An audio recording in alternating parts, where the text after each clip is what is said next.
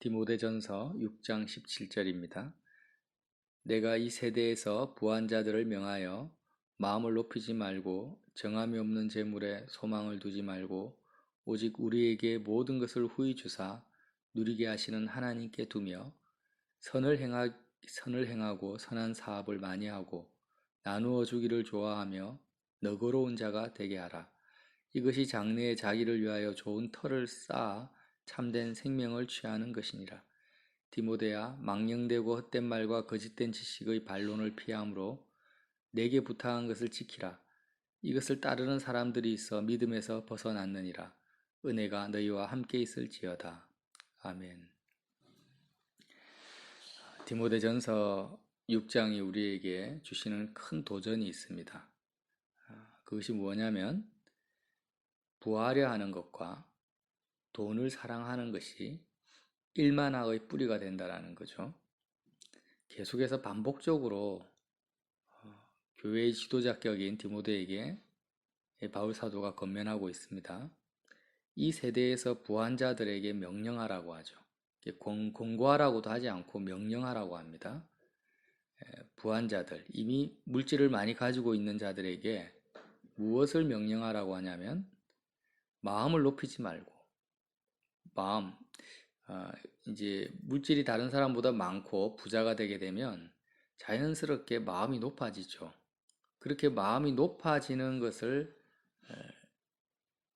경계하고 그것이 잘못된 길이다. 너가 부유함으로 말미암아 물질이 많은 것 때문에 너의 마음이 높아진다면 그것은 망령되고 헛되고 거짓된 지식을 쫓아가고 있다라는 거죠. 디모데 전서가 다른 교훈과 참 교훈, 이런 거짓과 진리를 명확하게 구분할 수 있는 잣대를 우리에게 많이 제공하는데, 그 잣대 중에 하나가 뭐냐면 세상의 것들, 부한자들이라는 것은 돈이 많은 사람들인데 그뿐만이 아니고요. 지식이 많을 수도 있죠. 내가 다른 사람에 비해서 지식이 많을 수도 있고 자녀가 더 많을 수도 있습니다. 많다라기보다는 자녀가 한 명이 있더라도 자녀가 더 탁월하고 똑똑하고 잘날 수도 있다라는 거예요. 이게 다 부한자들이죠. 또 한편으로는 또 내가 육체적으로 건강이 더 다른 사람에 비해서 아주 건강한 육체를 가질 수 있다라는 거죠. 또 많은 성취를 할 수 있습니다. 어쨌든지 간에 다른 사람과 비교했을 때 내가 뭔가 탁월했을 때 내 마음이 높아진단 말이에요. 이 세상에 이 땅에서 가지고 있는 영역 안에서 봤을 때 그렇다라는 것이 뭐냐면 내가 참된 교훈을 쫓아가고 있지 않은 상태다. 그거를 명령하라는 거예요. 그 디모데에게. 너무 힘들죠. 이게 어떻게 가능할 수 있는가? 정함이 없는 재물에 소망을 두지 말라고 명령하랍니다. 정함이 없다. 정함이 있는 재물은 뭘까요? 재물을 두 개로 나누는데 정함이 없는 재물과 정함이 있는 재물로 나눠요. 그럼 정함이 있는 재물은 뭐냐? 6장 6절에 보면요. 자족하는 마음이 있으면 경건에 큰 이익이 되는데 이 자족이라는 개념을 한번 나눴습니다. 먹을 것과 입을 것이 있는 즉 족한 줄로 알 것이니라. 정함이 있는 재물의 기준이 뭐냐면 나 자신에 대해서 필요한 것은 먹는 것과 입는 것만 있으면 더 이상 재물이 필요 없다라는 기준을 가지는 거예요. 나 자신에 대해서는 나를 위해서는 오늘 내가 먹을 양식이 있어요. 그러면 더 이상 욕심을 내서는 안 되고 내가 오늘 입을 옷이 있습니다. 그럼 더 이상 어떤 다른 것에 대해서 더 가져야 되겠다 이런 마음을 가지면 그것이 뭐예요? 정함이 없는 재물로 전락해버리는 거예요. 그리고 그러면 먹을 것과 입을 것만 있으면 나는 이제 자족하는 마음을 가지고 족한 줄로 알고 나머지 재물에 대해서는 어떤 마음을 품어야 되냐? 18절에 선을 행하고 선한 사업을 많이 하고 나누어 주기를 좋아하며 너그러운 자가 되게 하라. 자, 나 자신을 위해서는 먹을 것과 입을 것만 있으면 더 이상 필요함을 못 느끼는 자족하는 마음을 가지고 있을 때 정함이 있는 재물이고요. 나머지 또 물질이 있을 수 있잖아요. 그거는 다 어떻게 쓰라고요? 선을 행하는 데 써라는 거예요. 그 선한 사업을 많이 하고 나누어 주는 데 써야 된다. 이게 정함이 있는 재물이에요. 자, 그러면 먹을 것과 입을 것이 있는데도 불구하고 나를 위해서 선한 사업을 위해 쓰지 않고 나 자신을 위해서 더 뭐 막 쌓아놓고 사치하고 나 자신을 위해서 더 나를 높이는데 쓴다면은 그것이 다 뭐예요? 정함이 없는 재물이라는 거예요. 기준이 사도 바울이 말씀하시는 기준이 이렇습니다. 누가 이런 기준을 쫓아갈 수 있겠습니까? 예를 들면 나를 위해서 꼭 필요한 물질이 뭐 한 달에 100만 원이에요. 먹을 것과 입을 것. 어떻게 보면 100만 원도 안 될 수도 있어요. 그러면 수익이 1000만 원이다면 어떻게 쓰라는 거예요? 100만 원 쓰고 나머지 900만 원은 전부 다 선한 일을 행하는 데 다 써야 된다라는 거예요. 선한 사업을 위해 쓰고 또 다른 사람에게 다 나누어 줘야 된다라는 것입니다. 이게 뭐예요? 하나님이 원하시는 뜻대로 재물을 쓰는 기준이라는 거예요.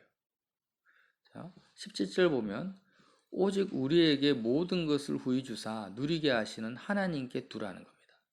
마음을 높이지 말고 소망을 모든 것을 후히 주사 누리게 하시는 하나님께 두라.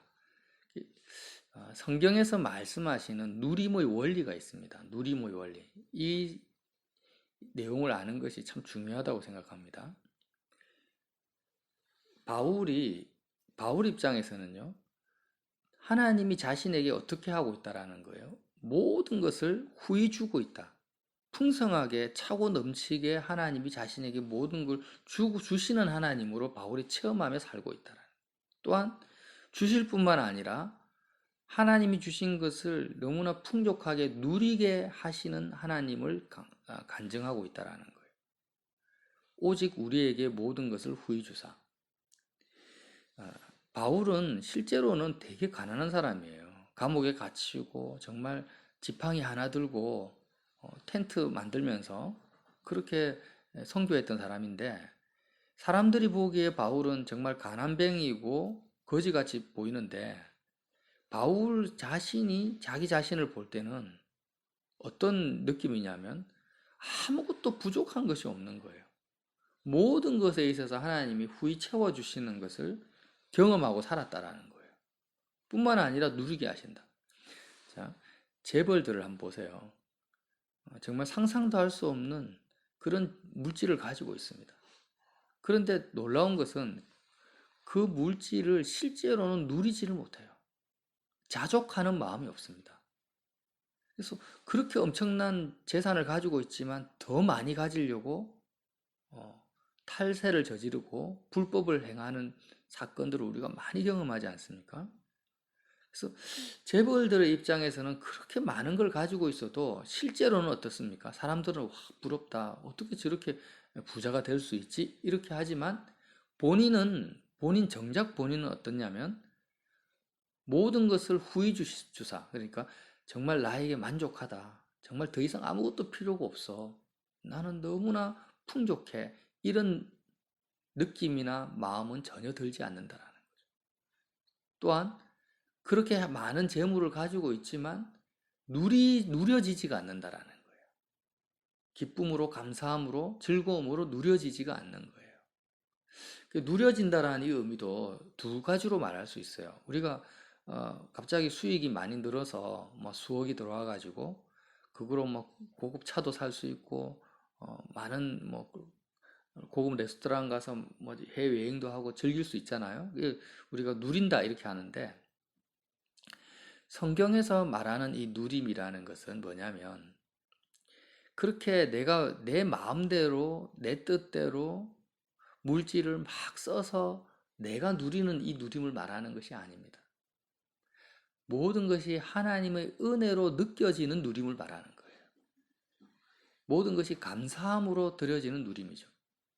그래서 내 힘으로 내 능력으로 벌어서 내가 누린다라고 하는 그 누림은 누릴수록 어떤 결과가 나에게 발생되냐면 내 마음이 계속 높아져요. 다른 사람에 비해서 더 교만해진다라는 거죠. 그러나 하나님의 은혜로 말미암아 누려지는 것은 마음이 어떻게 됩니까? 높아지는 것이 아니라 더 낮아지고 겸손해지고 감사함이 넘치는 거죠. 다른 사람을 나보다 낮게 여길 수 있는 마음으로 누려진다라는 거죠. 이렇게 내가 사람들이 보기에 가난해 보이고 부족해 보이지만 실제로 나는 나 자신, 나의 삶을 보고 내 인생을 보고 내 가정을 볼 때 너무 모든 것을 후히 주신다. 그리고 모든 이 적은 것, 예를 들어서 뭐 상위에 김치 하나, 밥 한 공기 있다 할지라도 그것이 너무 누려지는 은혜로 느껴지고 감사함으로 누려지는 이 상태가 뭐냐면 바른 교훈을 쫓아가고 있는 상태다, 디모데야. 거짓된 교훈이 아니라 진리를 쫓아가고 있는 상태다라는 것을 지금 말씀하고 있다라는 거죠. 그래서 참 교훈이 아니라 다른 교훈, 진리가 아닌 비진리를 쫓아가는 가장 큰 증거가 뭐냐면은 돈을 좋아하는 것입니다. 돈을 좋아하는 것. 부자가 되는 것이 죄라고 말하지도 않고 돈을 싫어하고 배척하라고 말하지도 않습니다. 그런데 또 한편 뭐라고 합니까? 돈을 사랑함이 일만악의 뿌리라는 거죠. 돈을 좋아한다. 너의 마음을 들여다봤을 때 돈 벌기를 원하고 부자가 되기를 원하고 돈을 좋아하고 사랑하는 마음이 있으면 그것은 너는 일만악의 뿌리를 가지고 있고 진리를 쫓아가고 있지 않다라는 거예요. 엄청난 도전입니다. 많은 분들이 그래요. 스님이든 목사님이든 돈 싫어하는 분 한 명도 내가 보지 못했다. 다 돈을 좋아한다라는 거예요. 우리는 어떻게 하면은 이 돈을 좋아하는 마음에서 벗어날 수 있을까요? 진리를 쫓아가면 된다라는 것입니다. 진리가 뭡니까? 성경에서 말하는 진리는 어머니 뱃속에서 태어나서 밖으로 나와서 80평생, 90평생, 100년을 이 땅에서 살아간 이 세상의 틀, 내가 이 세상, 눈에 보이는 이 세상의 틀을 벗어나는 것이 진리입니다. 이 세상의 틀 안에 갇혀서 사는 것은 세상을 사랑하는 것이고 비진리라는 거예요. 왜 세상을 특히 마음이 벗어나는 거예요? 진리는 십자가죠. 예수님이 이 땅에 오셔서 이 세상 속으로 들어오셔서 십자가에서 죽으시고 부활하셔서 이 세상을 나서 하나님 아버지를, 영원하신 하나님 아버지를 만날 수 있는 길을 열어놓으셨어요. 이게 진리라는 거예요. 그래서 우리가 정말 참 진리 대신 예수님을 따라간다면 이제 사도 바울이 말하는 참된 복음을 말하는 거예요. 우리의 마음은 항상 눈에 보이는 이 세상의 틀 바깥에 존재하게 됩니다. 바깥에 계신, 하늘에 계신 우리 아버지께로 우리의 마음이 간다라는 거죠. 우리의 마음이 하늘에 계신 아버지께 우리의 마음을 두는 것을 뭐라고 합니까? 하나님 아버지께 소망을 둔다라는 거죠. 물질과 세상에 소망을 두지 않고 돈에 소망을 두지 않고 하나님 아버지께 소망을 두기 위해서 여러 가지 재료를 주시는데 그 재료가 뭐예요? 돈이라는 거죠. 돈을 좋아하는 것과 돈을 잘 쓰는 것은 다르죠. 우리가 이제 서울이나 부산에 갈 때 대중교통을 이용하지 않습니까? 그럼 대중교통을 이용할 때 버스나 택시를 좋아하진 않죠. 버스나 택시를 좋아해서 타는 것은 아닙니다. 부산이나 서울에 가려고 필요하니까 이제 버스를 타고 택시를 타는 거예요. 돈이 이런다라는, 하나님 우리에게 물질을 주시면, 물질이 아니라 뭐 자녀를 주시든지 뭘 주시든지 간에 이 땅에서 우리에게 주시는 것은 하나님 아버지께로 효과적으로 갈 수 있는 도구와 수단으로 주시는 거지 그것을 좋아하라고 주시는 게 아니라는 거예요. 아브라함에게 이삭을 주신 것도 이삭을 좋아하라고 준 것이 아니라 하나님 아버지를 사랑하기 위한 재료로 주셨다라는 거예요.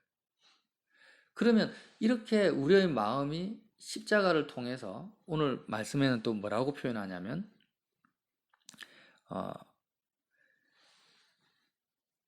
'부한자들에게 19절에 이것이 장래에 자기를 위하여 좋은 터를 쌓아 참된 생명을 취하는 것이라.' 그러니까 물질을 주시면 선을 행하고 선한 사업을 많이 하고 나누어 줄 때, 그렇게 행할 때 자기를 위하여 좋은 터를 쌓는다. 영원한 생명을 취하는 그 길을 가게 된다라는 거죠. 이 땅에서의 좋은 터를 말하는 것이 아닙니다. 사람들은 이렇게 저축을 많이 하고 돈을 많이 버는 것 자체를 뭐라고 생각합니까? 이 세상에서 내가 든든한 기반, 삶의 기반을 쌓는 거라고 생각해요.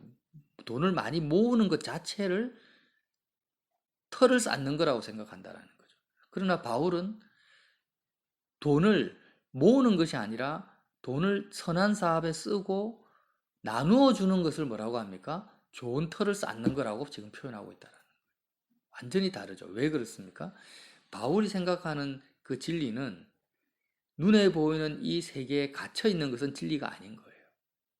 우리가 90평생, 80평생 이 땅에 내 삶을 한정시켜 버리면 물질을 많이 버는 것이 좋은 터를 쌓는 건데, 영원하신 하나님, 이 세상 바깥에 계신 하늘에 계신 하나님께 내 소망을 두게 되면 물질을 많이 모으는 것이 좋은 터가 아니라 어떻게 하면 하나님의 뜻대로 선한 사업에 잘 쓰느냐가 좋은 터를 쌓는 거라는 거예요. 이 기준입니다. 그래서 누림의 원리에 대해서 아까 말했죠. 어떻게 하면 내가 풍족함을 느끼고 누릴 수 있느냐. 진리를 쫓아서 나의 마음이, 나의 소망이 하늘에 계신 하나님께 내 소망이 갈 때, 하나님께 내 소망을 둘 때, 비로소 이 땅에서 주어지는 것들이 이제 내 마음에 어떻게 됩니까? 정말 부족함이 없다. 풍족하다라는 느낌이 든다라는 거예요. 그러니까 육신적으로 봤을 때 내가 정말 가난해요. 가난하든 아니면 또 반대로 내가 굉장히 부자입니다. 부자든 상관없어요. 내가 자녀가 뭐 10명이든 자녀가 없든 상관이 없어요. 결혼을 했든 안 했든 상관없어요. 지금 현재 내 육신의 형편과는 전혀 상관이 없이 내가 정말 십자가의 진리를 알고 있고 십자가의 길을 쫓아서 내 소망이 영원하신 하나님께 있다면은 나는 지금 어떤 느낌을 가지고 살아야 되냐면 아무것도 부족함이 없다라는 느낌으로 살게 된다라는 거예요. 내가 진리의 길을 간다면. 또한 나에게 주어진 것이 많든 적든지 간에 내가 어떤 형편에 처했든지 간에 나는 누려진다라는 거죠. 이 모든 것이 하나님의 은혜구나. 정말 하나님이 나에게 어떤 물질을 허락하든 상황을 허락하시든지 간에 은혜로 감사함으로 누려지는 상태에 너는 들어가게 된다라는 거예요. 바울이 그렇게 감옥에서 또 전도를 하면서 그렇게 지금 디모데에게 편지를 쓰고 있다라는 거예요. 그러면 반대로 내가 정말 돈이 더 있었으면 좋겠다. 정말 좀 부자가 됐으면 좋겠다. 부족함이 느껴지고 그리고 누려지지 않는다면 지금 나에게 허락하신 이 환경과 여건이 내 마음에서 누려지지 않는다면 나는 어떻다라는 거예요? 20절에 망령되고 허탄한 말과 거짓된 지식을 쫓아가고 있는 상태라는 거예요. 너무 선명한 기준을 우리에게 주고 있습니다. 이 큰 도전입니다, 지금. 지금